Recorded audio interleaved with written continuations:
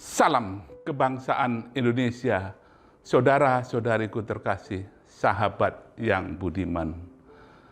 Tentu kita sering mendengar bahkan telah melaksanakan atau ikut dalam sebuah kursus atau sekolah tentang bisnis dan tentang kepemimpinan.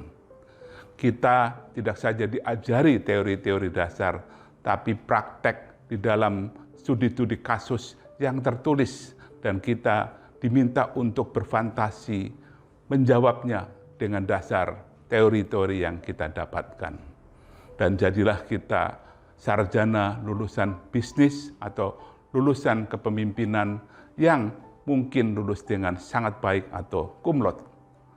Namun ketika kita terjun di dalam praktek sesungguhnya, meskipun kita sudah begitu piawai menguasai teori dan mengeterapkannya ketika kita menjawab kasus-kasus secara tertulis, namun di dalam lapangan kenyataannya kita sering gagal. Mengapa demikian? Karena baik bisnis maupun kepemimpinan dasarnya adalah pengalaman berdasarkan praktek nyata. Di situ kita dihadapkan pada situasi real yang membutuhkan pemikiran, perasaan, ketegaran, ketahanan kita, kepahitan, dan segala hal yang lain. Apa yang diteorikan meskipun mungkin menggambarkan situasi yang sebenarnya, tetap tidak akan bisa diterima, tidak bisa kita serap dengan sebenar-benarnya tatkala kita menghadapi praktek yang sesungguhnya. Bisnis maupun kepemimpinan tidak sekedar teori, tidak sekedar bisa memecahkan kasus, tapi yang lebih penting adalah praktek. Indonesia sebagai negara yang sedang berkembang, yang sedang berpacu untuk bisa tampil sebagai kekuatan ekonomi maupun politik dunia, tentu membutuhkan pemimpin-pemimpin yang teruji secara kuat di lapangan. Maka kaderisasi, baik dalam hal kepemimpinan maupun bisnis, harus terus dilakukan dalam praktek yang nyata.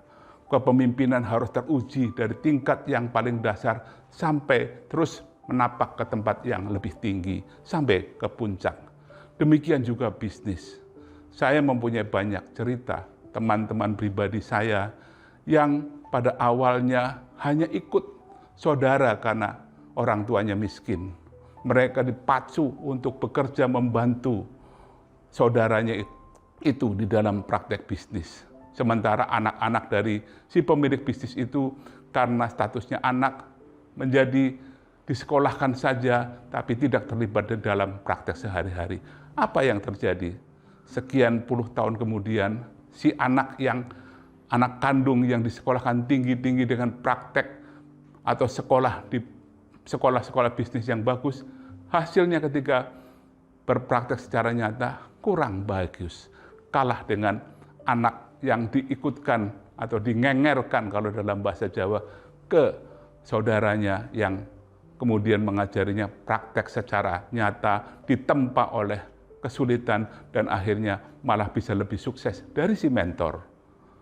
Jadi di sini memang praktek nyata, pergulatan di dalam hidup sehari-hari menghadapi manusia secara faktual jauh lebih penting dari sekedar teori, meskipun teori itu sudah di-set up sedemikian rupa menyerupai kenyataan. Di dalam praktek kita akan ditempa, digembleng, ditekan, menghadapi kesulitan, dan harus bisa memutuskan tanpa membutuhkan atau tidak dikasih kesempatan waktu yang panjang. Inilah yang harus kita lakukan. Kita harus bisa mendidik para entrepreneur kita dalam dunia nyata, demikian juga para calon pemimpin bangsa kita.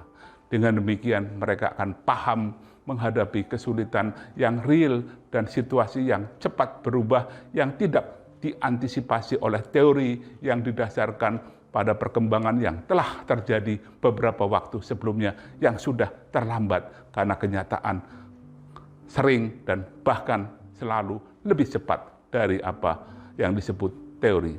Selamat merenungkan dan salam sehat untuk kita semua. Terima kasih.